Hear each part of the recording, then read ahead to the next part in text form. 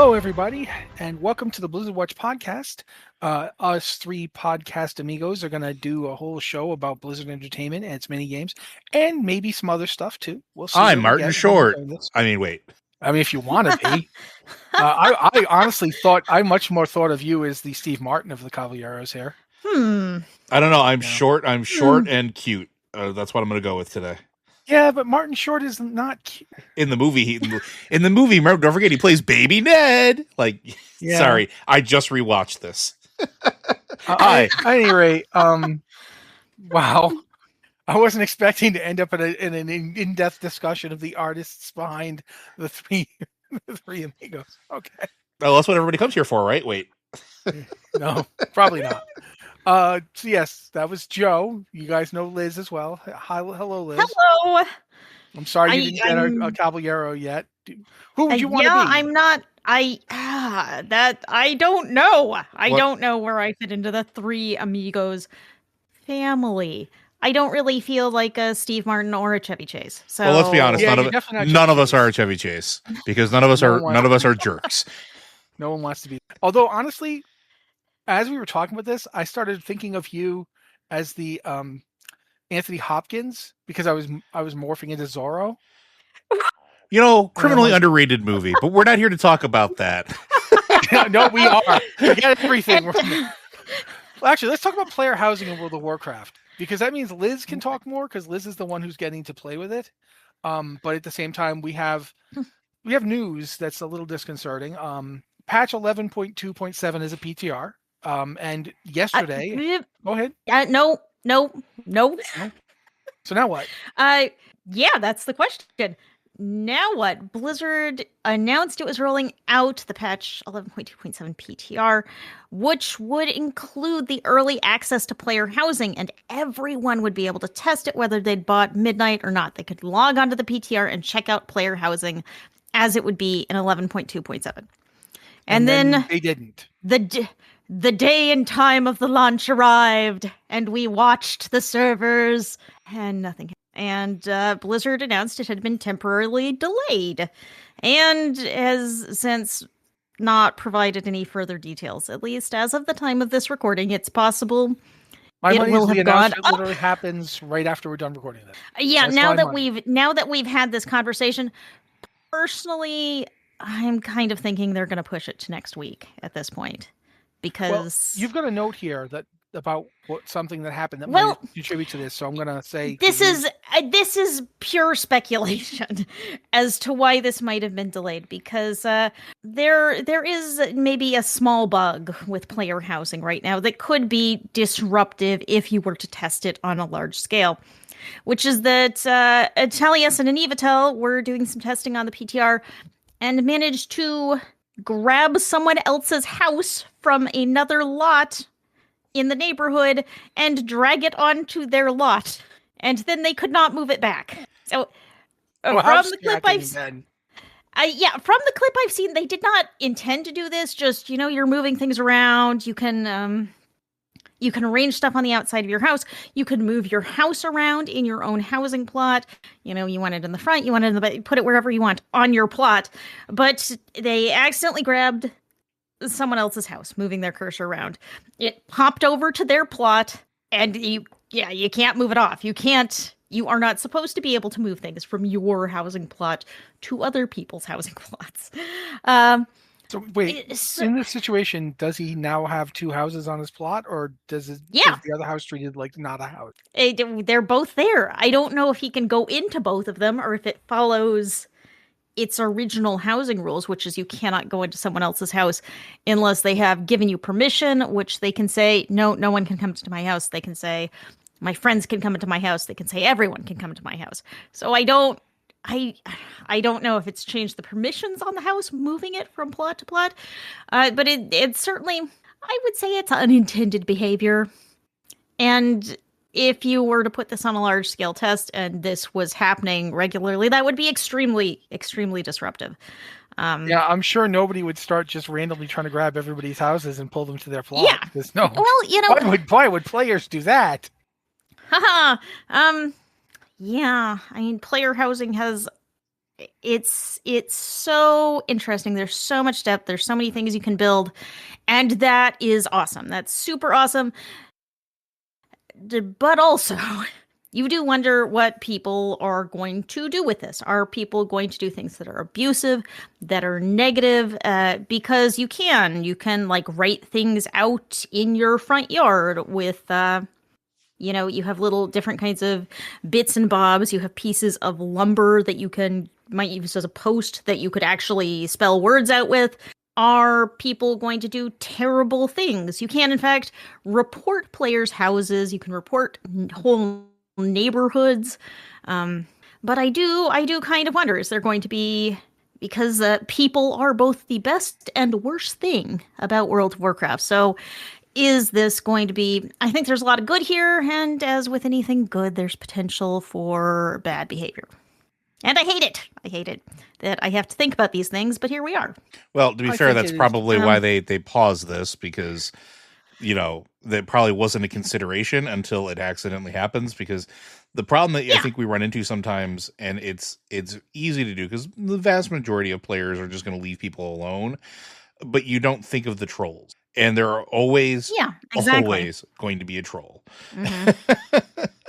Yeah, and it's like doesn't require like if you can have like say like 50,000 people on it, 49,995 of those people are great. 5 of those people are just want to watch the world burn. 5 people out of 50,000 who want to watch the world burn can burn a lot of world. Well, it goes back to what we were talking about before. Like, remember in vanilla where there was a bug in game that, Sinister Strike, if you put all of the available emotes as part of like a cast string with it, if you stab somebody in PvP with Sinister Strike, it forced their character to go through all the emotes and crash the world server. There was a period of time where like this was known-ish because internet forums were a thing still, and people would do this. There was like a 2-week period where like the game was just absolutely unplayable, and like they had to like disable certain things and like turn off PvP for a while. Like I remember this because it was absolutely brutal, and like it wasn't a lot of players, but it was enough that it was causing grief for all of the players, because your world server going down is kind of a big deal in the middle of questing. I remember I was on the server as Jolnerib at the time, back in vanilla, when Zul'Gurub first came out. And so people didn't know that this would happen until it did. My guild was the first Alliance guild to kill Hakar. We were the first ones to get through the fight and kill him. And we didn't realize he put his curse out, and like the disease he could spread, the one that would spread to everyone around it. And as a result of that, one of our hunters put his pet away like super fast because he didn't want it to die, not realizing that when he took it out later, when we went back to Ironforge, he took his pet out in the auction house, and he swore up and down he didn't mean to do this. Like he didn't know. Not only did that disease jump to all the people around, it jumped to the auctioneers, but it couldn't kill the auctioneers. It just stayed on the auctioneers. And that was the whole problem. It would keep spreading. It was impossible to stop the spread once it would start. And you couldn't get near the auctioneers to do any auctioning because they would just kill you. And we didn't do that on purpose. But then once people found out about it, there was always somebody that would go into Zul'Gurub knowing they were going to do it. They would get it on their pet, warlock minion or hunter pet, put it away, and then take it out in the city. So they had to actually bring the servers down and apply a fix to prevent people from doing that. Like once your pet, once you put your pet away, it was cleansed, but you couldn't, so you could bring it back out and then it would get it again. You could put it away and bring it back out. You'd be wasting a lot of time. It didn't help you that much by doing that, but you wouldn't be able to take it out in the city and cause problems anymore. And I think about that every time we talk about something like, because, there's going to be one person who does it accidentally, like Taliesin did. Taliesin wasn't trying to do it. He had no idea it was even possible, but now people know it's possible. Somebody is going to be like, let's see what mayhem I can cause with it, because that is the nature of the beast, so to speak. Yeah. We should Well, probably talk about how to get on the PTR though, because eventually it will be up. I certainly hope it'll be up because there are some things. It's hard to test things at like large scale on the alpha, just Yeah, because there's not enough people. there are only so many people in the alpha, and some features are still unavailable. So I haven't been able to test guild neighborhoods or private neighborhoods, or at least last time I tried to test private neighborhoods, they were buggy. So I think it'll be great to get a big widespread test of this. But yes, you do have to get on the PTR. And there are a few steps if you have not previously gotten on the PTR, if you haven't gotten on the PTR in a while. But it is very easy. It is accessible to anyone. You just have to open your Battle.net client and look for the drop down under game version and select PTR, the world within 11.2.7. You can go ahead and download this right now. Even if the servers aren't up, you can download it and get ready to go. But if you have never, ever at all been on a World of Warcraft PTR, you do have to go to your Battle.net account on the website and add the PTR to your account by going to games and subscriptions under your Battle.net account information and going to create a public test realm account. So that will give you kind of a separate account that will give you PTR access. It's easy, but there are a few steps, and I would love to see everyone get in and play with player housing and see what everyone does. I'm so excited to see what the whole wide world of Warcraft, what cool things people do and what creative things people do. I am so hyped. I'm at like a 12 out of 10 over here. Well, okay, since we're talking about that, before we move on to other things, each of us, what are we looking for most from this? Like, I'm going to go to Joe first because Liz, once I hit you, there's a rich vein of it and I will be able to take a break. Joe, what's the one thing you really want to do with player housing? What's the one goal you have for it? Have access to it. Like, I don't have a specific goal in mind. The best way that I can put it is that, like, and I've said this before, I will be gone when player housing is available for a while. Like, aside from getting stuff and making stuff for my house, it's going to be hard to get me to do other things because player housing is usually what breaks me in these types of. I don't have a specific goal in mind yet, but I'm sure whatever will tickle my fancy will become an obsessive thing that I have to participate in or accomplish as soon as I get my hands on it. Because that's generally how my brain works. Is I won't go in with a clear like goal in mind. Then I start doing something. Then something snaps into focus, and then it's hyper focus o'clock. So I honestly am just looking forward to experimenting with the space and seeing what captures my attention. Who knows? I might make Azeroth's first indoor skate park. I have no idea. I'm into it. Okay. But you have to invite me over to check it out. Absolutely. The only person not allowed in my house is a doe, and that's just how this works. So I don't want my house to burn down.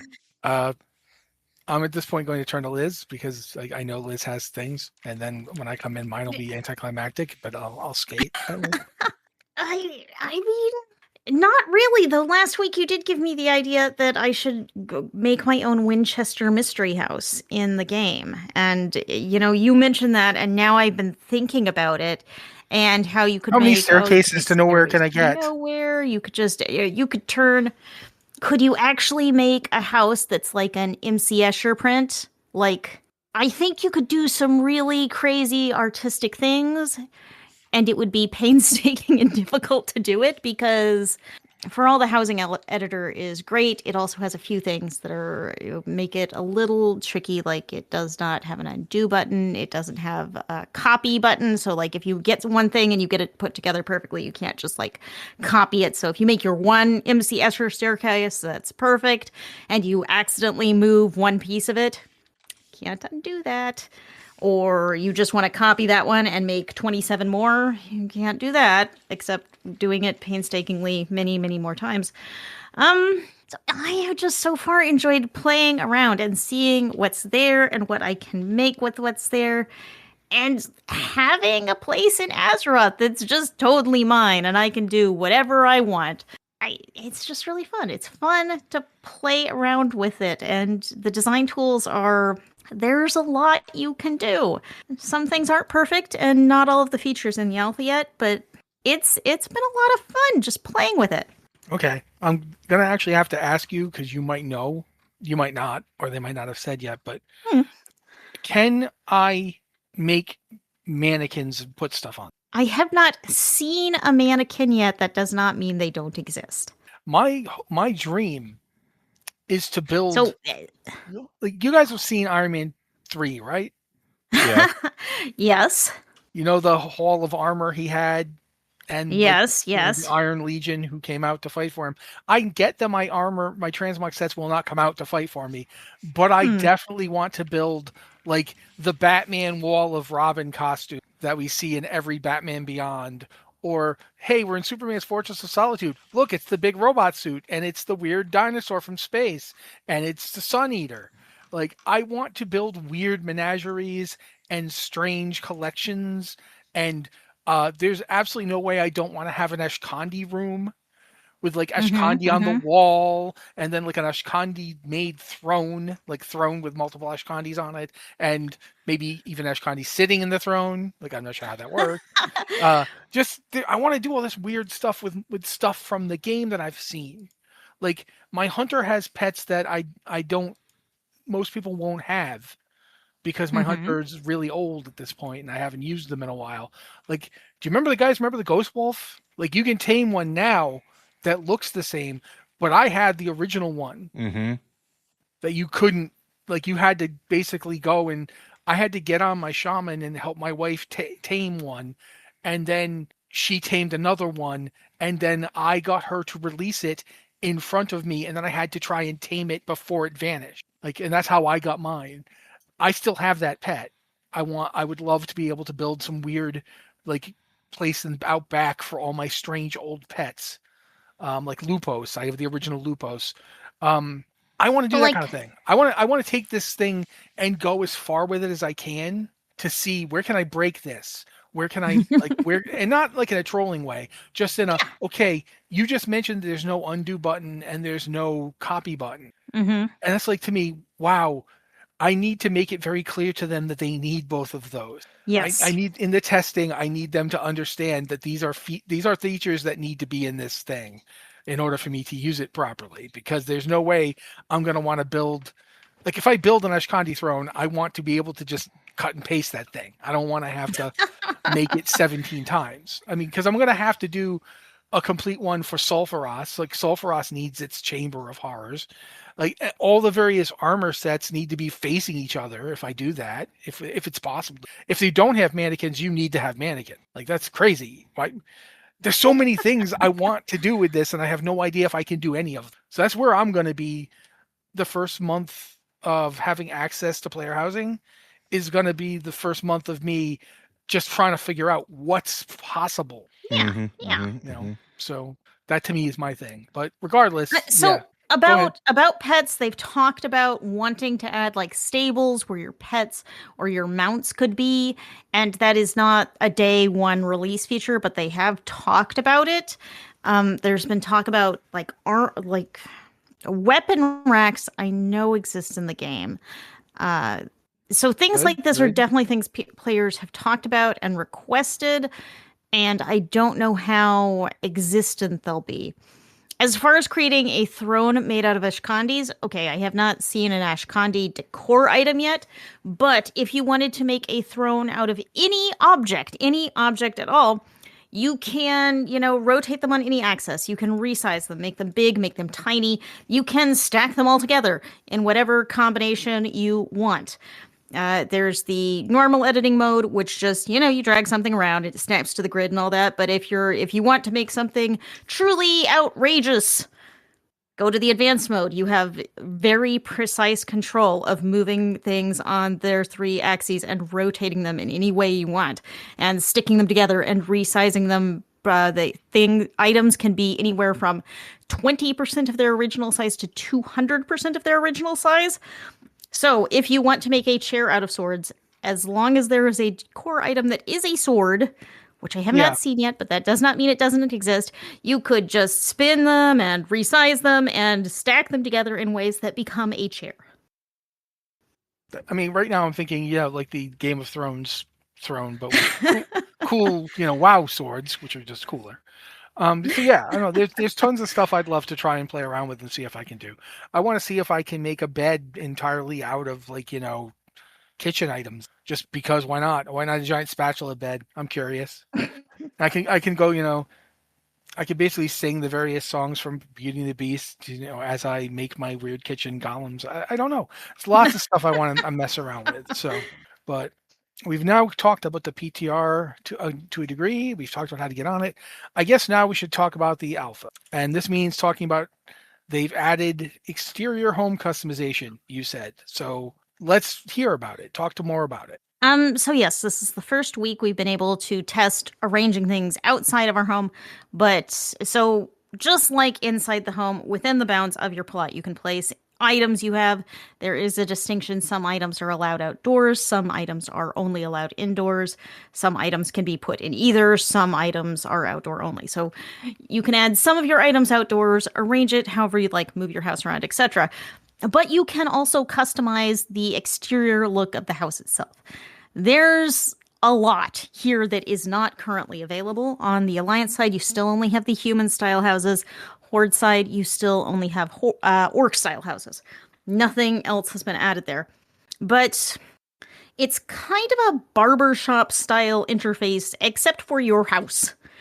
In that you pull it up, and there are lots of little, glowing nodes on the house that you can click on, and it's like, do you want to put a window here? What kind of window do you want to put here? Do you want to change the color of this wall? Do you want this to be stone or stucco? So you just click at various points on the house, and, do you want to add dormers? Do you want to move your front door? Do you want to change the color of the roof? Do you want to add do you want to add a tower? Well, what kind of tower do you want to add? And one, this is super cool. I'm very excited about it. Two, each of these menus are drop downs. Each of them are very long with lots and lots of options. And almost all of the options have a little lock icon next to them, so you cannot use them. So I do have a big question. How do you unlock these? Are these going to be unlocked by achievements? Are they going to be unlocked by doing more things in housing? Are they going to be unlocked by leveling up your house, which is a thing? Your house has levels and you must level it, and I haven't entirely figured out how you're supposed to do that, except it does not, that portion of it does not entirely seem to be in the game. So I only have a sad level 1 house right now. But it is very easy to customize the exterior of your house. It looks like you will have a ton of options. I just wish I had access to more of these options so I could play with them. And it's very easy to use. So we are going to have tons of options if Blizzard, makes this as big as it looks like it is. There's just, the depth here is kind of mind-boggling, the size and scale of this feature. I'm kind of amazed that they're really going to have it before you even do the midnight. It's going to be, if you pre-order, you're going to have access for a few months. That's kind of nuts. Yeah. I mean, not all, when it goes live in 11.27 for early access, you aren't going to have 100%. You're not going to have the endeavors, which are big neighborhood activities that are going to reward you with more decor and things, ways to decorate your house. But yeah, you can build your house, find your neighborhood, collect decor. There's so much you're going to be able to do in advance. And frankly, we all kind of get the end of expansion like doldrums, and it's like, okay, I'm waiting for the next big thing. And I think we're just getting the next big thing early. Yeah, it is a very big thing. I mean, that's a lot. Yeah. Speaking of, so if you are making decor, it's going to take basically materials from the part of the game that item is from. Yes. So I went all over the world checking out crafting decor items. There is a lot of decor that you can craft. There's a ton of it. Every crafting profession has decor it can craft. Decor is spread across expansions, and every crafting profession has recipes for almost every expansion, at least 2 or 3. Inscription has a lot more than any of the rest. And to craft everything, you will need lumber, which is specific to the expansion that the recipe is, and must be found in that expansion's areas. Does that make sense? Am I making sense here? Like if you wanted to go get copper, you need to go to places where copper is. You can't just find copper and anywhere.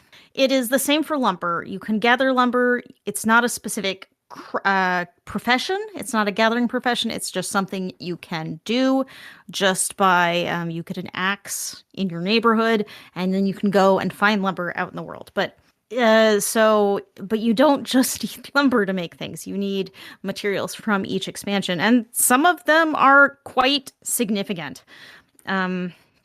Like, let's look at, here's a classic alchemy decor recipe, the Apothecary's Work Table. It requires 40 ironwood lumber, 16 Essence of Undeath, 12 arcane bars, 8 black lotus, and 6 crystal vials. Of course, the crystal vials, that's just vendor stuff, but the others, you have to go to specific places and farm things. There are things like dark runes, specific herbs, specific ore, specific crafted things. And it just kind of I'm a little surprised at the amount of materials needed to craft some of these. And I think people are going to have to spend some significant time if they're going to craft decor. And I am a little worried that it's going to be very expensive to buy any of this stuff. And there's just a lot of it. If you're playing the sort of gotta catch 'em all game and you want to collect everything, then that's a lot of stuff. That is, and we have talked about. Sorry, What's that, Joe? I was gonna say that is one of my concerns with the whole thing, is how the economy of this is gonna work out. Yeah, because depending on what is allowed to use for decor, because I'm not sure I like that you craft things for decor, and I'm going to throw this out there just because it's on topic, whatever. I still think that the best way that decor has been done in games is just by earning it by doing things. Tying it to professions seems weird when professions are in a weird spot. They've been in a weird spot for the last several expansions at this point. We haven't gotten the sweet spot of them. I don't think they've been as organically part of the game since like Vanilla and Burning Crusade, really, if anything. So I'm tying in here. I'm wondering how, one, what it's going to do to the economy, and two, what it's going to do for players looking for specific things, and how many people that's going to turn off from engaging with it. Because if you can only get something that's crafted, how difficult is it to craft? Who's going to spend the time doing it? What are they going to charge for it? How do you get the recipes for it, et cetera, versus do you have to craft it yourself, or can other people craft it? Now we're getting into bind on pickup stuff, maybe? It doesn't, none of the things I found so far are bind on pickup. All of this looks like stuff you can make and put on the auction house. The only snag there is how expensive are the materials going to be? How much time is it going to take to get those materials? Stuff. And that's, and that's going to reflect in the final cost. Yeah, is lumber going to be tradable? I'm not sure if lumber is tradable, but I think lumber is going to be the easiest material to get, frankly, because it seems extremely plentiful in all old zones. And, some of these might require 50 lumber, but I don't think that would take more than, 10 or 15 minutes to collect this amount of lumber based on how fast it is in the alpha right now. Which we saw part of that when they were doing the Shrinking Arathi, zone where you gathered like random resources by going and doing things. But my question here is this a necessary function of this feature? And I bring this up because it seems almost, and I'm not, again, speculation, and I don't have anything to base this off of aside from vibes here. So the vibes are that this is an unnecessary engagement metric for this feature, right? Like if I just want to sit in my house and do a million things to build my house, I don't necessarily want to go farming for things to go build the thing. and then argument's gonna be, well, then you can just buy it on the auction house. But again, then I have to go to the auction house, get the items, then unlock it, then go ahead and make sure I have enough of them, because you have to have the as many items as you need, right? Like you have to. Yes, let's see. One of the things leatherworkers can craft is a zebra stripe rug, which requires. This is a Kazalgar recipe. It requires 30 Dornic fur lumber, because literally every crafting material requires lumber, even if it makes no sense to require lumber. 10 moss wool thread, easy, that's a vendor thing. 2 spore coated hide, less easy, that is a second tier, that's a crafted piece of leather leather that you have to make, and you have to have the appropriate, at least if I'm remembering correctly, you have to have the appropriate things to make it. And a thunderous hide, that's another that's not just a common everyday piece of leather. So, and then you have to do that for every time you want one of those rugs. If you want a zebra striped rug in every room, you need a lot of zebra striped rugs. And that's part of the thing that I struggle with too, because other games, and I'll call WildStar out here, because WildStar is probably, in my opinion, the game that has done the player housing the best in probably recent decade or so. And it's one of those things where you unlocked a thing, you just got as many of that thing as you wanted. And I'll bring up the neon beer sign again, because I always bring up the neon beer sign. Yeah. You know, you wanted to have maximum item cap on your plot of the beer sign in varying sizes. You could do that. You just had to unlock it once. And I think that there's, and I'm curious why the decision was made to go from that, where like looks like most other games are like, when you do player housing, that's what they do. Aside from like even City of Heroes did that, aside from like unique items like trophies from killing villains or defeating villains. Like outside of trophies, everything was, you unlocked it, you just got as much of it as you wanted. It sort of takes you out of that thing, that piece of the game, and makes it a system. And I don't know that everything needs to be a system. This is again just my opinion, and maybe people will disagree with me, but it feels like a weird add-on to it. Especially when and maybe this is just me, I just want to unlock stuff, and then like if I want to have like 8 million hobby horses in my house, or I want to have a room that's like just creepy dolls everywhere, I don't want to have to like make 80 creepy dolls to put in my rooms. I want to just put 80 dolls in the room. So like it's a weird balance, and maybe I'm thinking too far into it, or maybe if they would revisit it where like common items, once you unlock them, are like, available freely, and then the rarer the item is, then you have to craft more of it or something like that. There's got to be a balance point, because I don't want to make 8 billion candles, right? Like, yeah, I mean, so I do want to say that as for craftable things, this is not the majority of things out there. Some of these seem extremely cool, like alchemists can make a Kazalgar level alchemist can make a Boulder Springs hot tub. That's an alchemy thing, right? But they can make it, and that's like, I read that and I'm like, I want a hot tub in my yard. Obviously, but it's a craftable recipe. I'm not an alchemist, so I would buy it on the auction house, or I would bother someone in my guild to please make this for me. But it has some material requirements that are going to be hard to get, and that would take time to get. Yeah. So I like having some crafted options. This is not the majority of items out there. It has some very cool items, but this is not everything. I definitely agree with you that having to get multiple copies of items feels a little awkward. Particularly when you get into these crafting things that are going to take a fair amount of resources to craft. But there are also a lot of things on vendors that you can just go and buy. And, some of them require reputation. Some of them require expansion-specific currencies, like the Legion items I found required war resources to buy, which could be a good reason to, stock up on those war resources in Legion Remix right now. So some of these could be... Just saying. I'm saying it. So some of these things could be a little hard to get. Yeah, but also I did go to a vendor and buy like 100 pillows so that I could make a room that is just kind of like a ball pit, but I Yeah, that couldn't makes find sense. any balls. So it would just be a room full of pillows. Yeah, exactly. So I did that, and then after a while, I maxed out the number of items I could have in my house, and so that my pillow-filled room dream has not yet come to pass. One day, though. One day. And To that end, yes, there is a. I was gonna say, and I accept There that this is is a a- process that will probably grow over time too. But Yeah. I mean, it's certainly worth going up when this goes live on the PTR. It's worth going on there and telling, leaving feedback saying, this Yeah. feels awkward to me.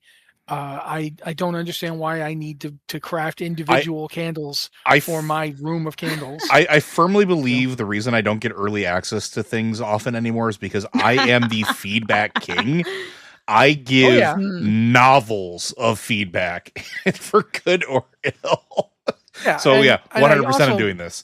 I mean, for me, one of the things that I've got stuck in my head from years ago when we would just talk about this on this podcast and even on the podcasts before it, was that I always thought it would be cool to either be able to take over a dungeon as your player house or like get stuff from the dungeon. Like I want to be able to go to the dungeon. Specifically, we're talking about Blackwing Lair or Blackrock Descent, because both of them have giant dungeon thrones. Yes. Yes. Points. If I beat Nefarian, I should be able to take that chair home. Yes, I want his chair. Yeah, and I know that's probably not going to be the case, but I definitely know when I do go on the VTR, I am going to mention that stuff like that would be something I'd like to see in a future patch. As you're bringing out more stuff for this, consider allowing me to get the big ridiculous chair. So yeah, there's stuff that I'd love to be able to. I mean, this one's going to sound weird as heck to people, but imagine if you could get the tanks from Blackwing Lair, the big floating purpley blue tanks with nothing in them. I'm not saying you have to give me one with a dead dragon in it, but you could definitely give me one that's just big floating purpley gluing place. Listen, if anime has taught me anything, and I do mean anything, it's that I'm supposed to loot all of these places.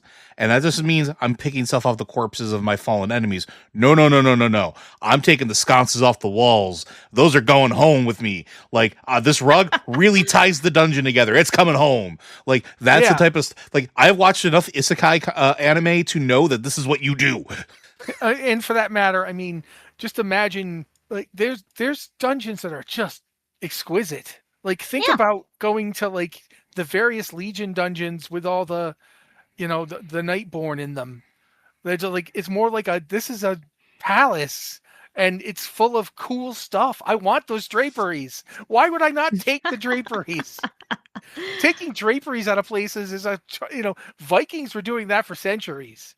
They would rock up on a place and go, ooh, tapestries. I mean, I don't see why I don't have the tapestry. So yeah, I definitely think that that's something I want to feature. However, we've been talking about this for like a solid 20 minutes. Let's be honest. We just need to rename this podcast to Housing Watch. It's true. I mean, I have spent more time with player housing in the alpha than I have doing anything else. It's like there are other people. Fine.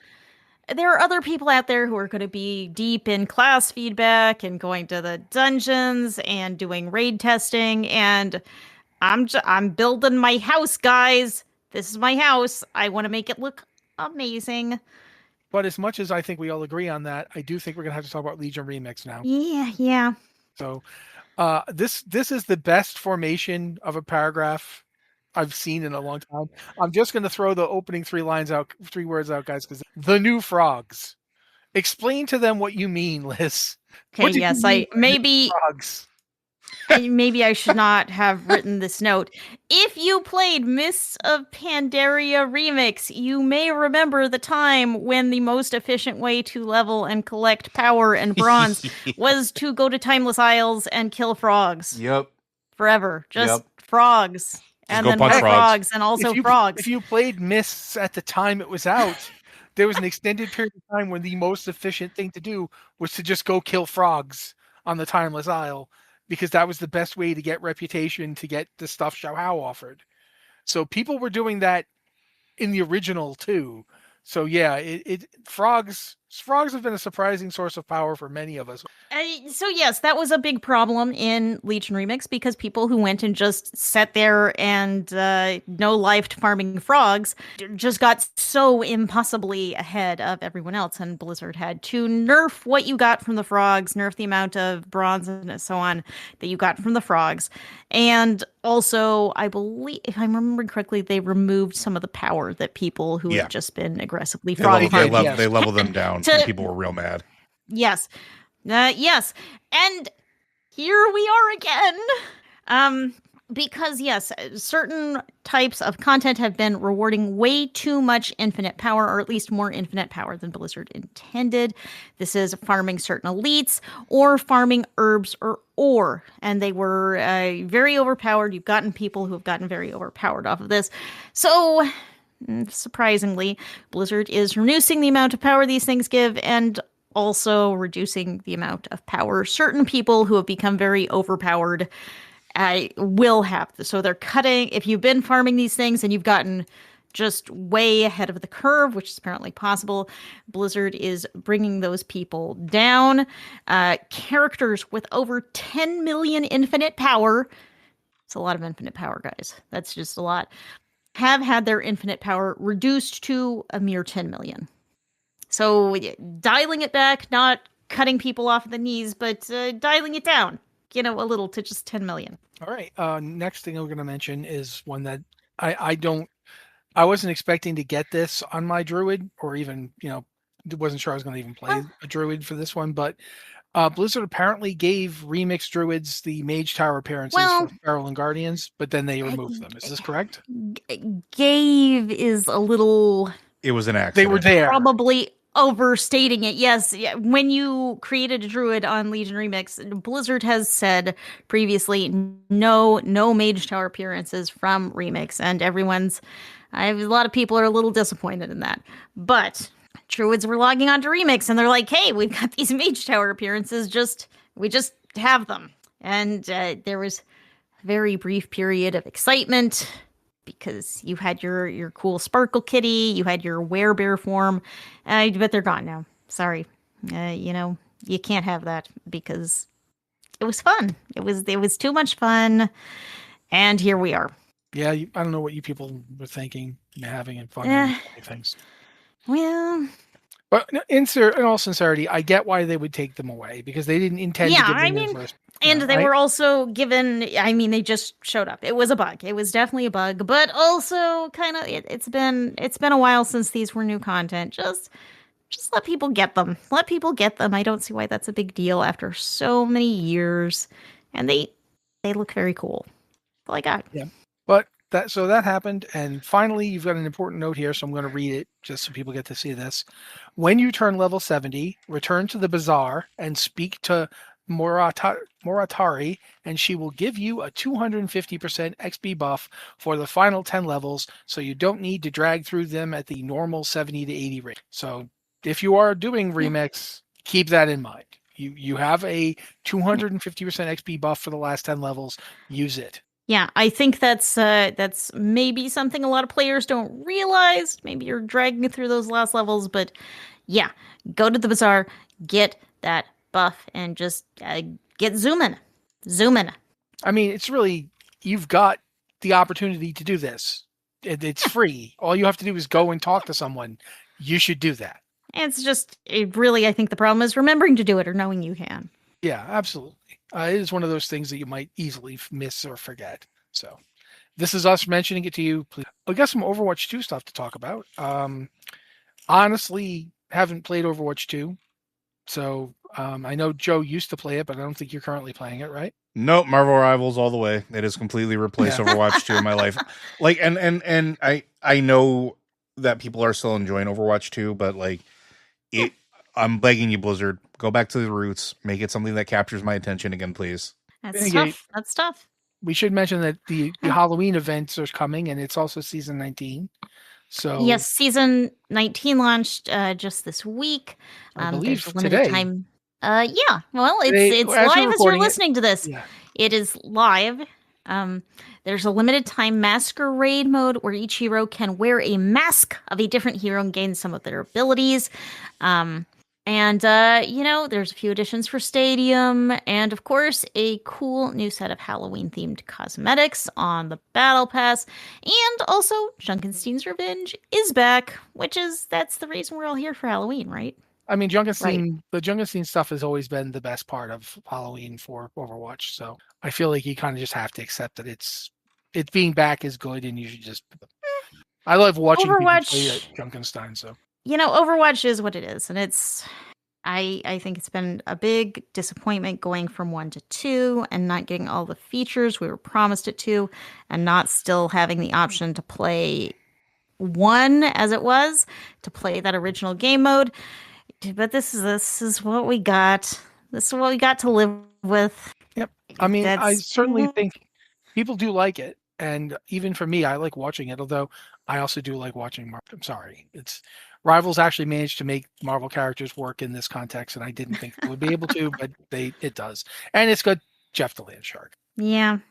I can't hate on a game with Jeff the Land Shark. I mean, he's a land shark named Jeff. He's so cute. I have a little tiny 3D printed Jeff the Land Shark in a Jeff onesie sitting on my desk right now.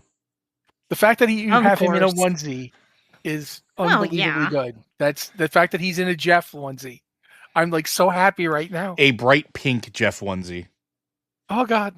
Anyway, I'm gonna turn to Liz here because usually at this point we try to do the site news so we can then cover some other stuff after. So Liz, if you don't mind, I almost called you Jeff. I'm still thinking about that land shark. I am not a land shark that I am aware of. Aspirational goals for next year. I just want to tell everyone out there listening, thank you for listening and thank you for supporting us. Thank you especially to all of our supporters on Patreon. You guys are what keeps the site alive and growing. So thank you very much. If you are able to support us, we really appreciate it. If you support us at $3 a month, you get early access to all of these podcasts ads-free. And if you support us at $5 a month, you also get ads-free access to the website. You can go and support us at any level you would like at patreon.com/BlizzardWatch. And that's the lifeline. That's the lifeline for us and a lot of other independent creators because it's not great being an independent content creator these days with the state of media and AI the way it is. So if you like our content, please support us on Patreon if you can. If you can't, I get it. Money is tight for everybody. You help so much just by listening to the podcast, by reading the site, by liking, sharing, and subscribing to our content and social media networks. We are, if you do not follow us, we are Blizzard Watch on Instagram, Twitter, Facebook, and Mastodon at gamepad.club. We are blizzardwatch.com on Blue Sky, where you are most likely to find me making snarky comments or replies. Just because that's it. And we are Blizzard Watch Podcasts on YouTube. We have started posting on TikTok as well with our podcast clips at blizzard.watch because we had to put a dot in there. I don't know. That's how it worked out. So if you follow us anywhere, that's great. Share content you like, share the podcast. All of that really helps us out. If you have questions for this or any of our podcasts, be sure to send them in to us at podcast@blizzardwatch.com. Specify the show in the subject line and any special pronunciation of your name. You can also contact us on our Discord, and if you're a Patreon subscriber, you can do so through the Patreon Q and Podcast question channel as our way of saying thank you for supporting us. Otherwise, for everyone else, just drop a question in the Q and Podcast questions channel, and we will get to it when we can. Thank you so much for supporting us. Thank you so much for listening and reading, and yeah, thanks, guys. Thank you as well, Liz, for actually reading that because it's very important to the site and to us as make content. I don't think it can be understated just how messed up everything is with AI right now. Like, ooh, Ah, it is not easy out here. Nope. All right, we've got a few other games things to fit in before we potentially actually might even get some questions. This week is Steam Next Fest. It's already going as we're recording it, so it'll definitely still be going for a while. I believe it it goes up to the 20th. lasts through the 20th. Yes. Okay. Basically, Steam Next Fest is free demos. It's a bunch of free demos to showcase new and upcoming games. I wanted to mention briefly, because I'm a real big fan of Mortismal Gaming, that he's got a whole video about demos that you would be interested in if you like stuff like role-playing games or computer role-playing games. And one of the ones he mentions, and one of the ones that I wanted to talk about, is Dispatch. One of the demos that's featured during Steam Next Fest this week. Which Dispatch also, is really amazing. I should also point out that with Dispatch, episode 1 at the time of this recording will be 8 days away from release.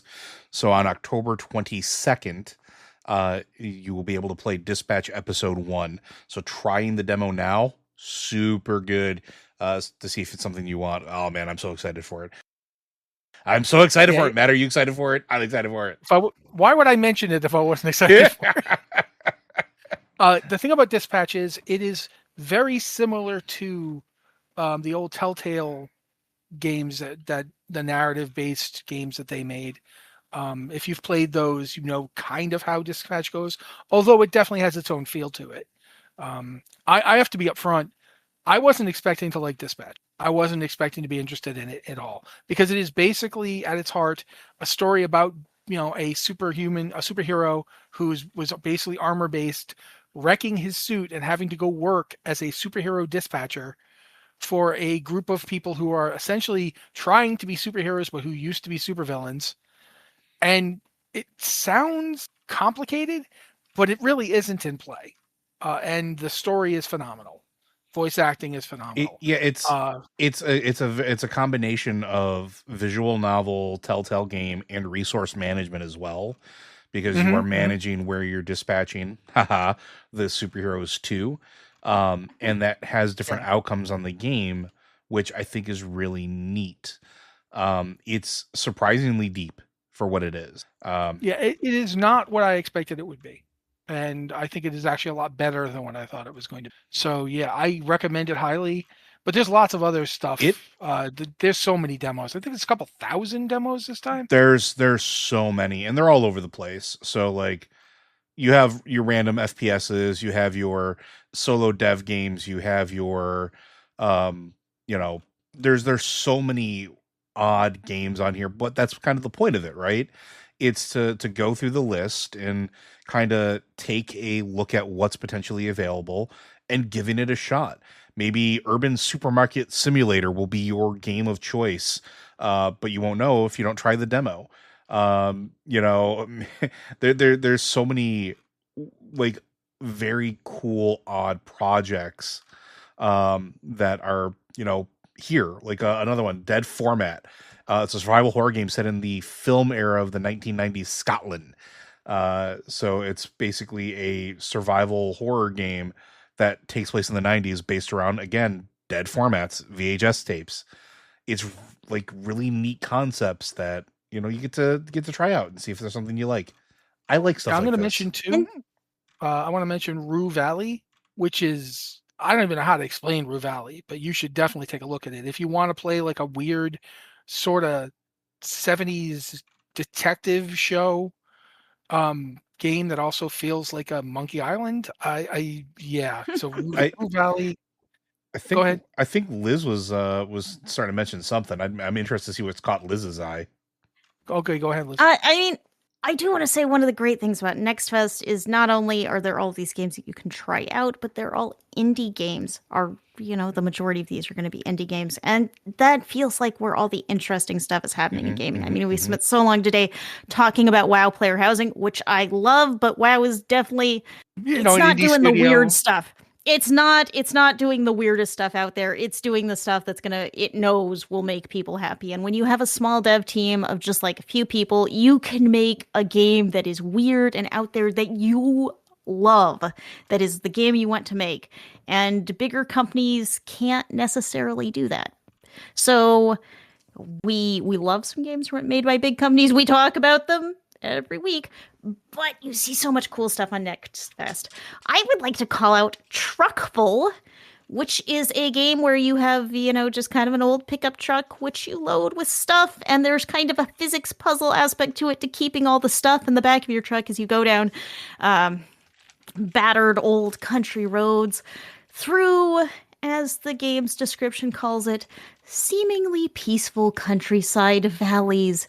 But beware, because the old forest is watching. So on one side, it's like this little sort of Tetrisy thing where you're fitting everything in the back of your truck and delivering it to cheerful locals who need goods, and you also there's maybe a little something weird hiding underneath that you will need to figure out. So that's Truckful. It's also one of those games that runs natively on Mac, so I do always personally appreciate that. Though I can fiddle around to get non-Mac games working, but yes. I've definitely got this one's been on my wish list for a while. I'm definitely going to pick this one up.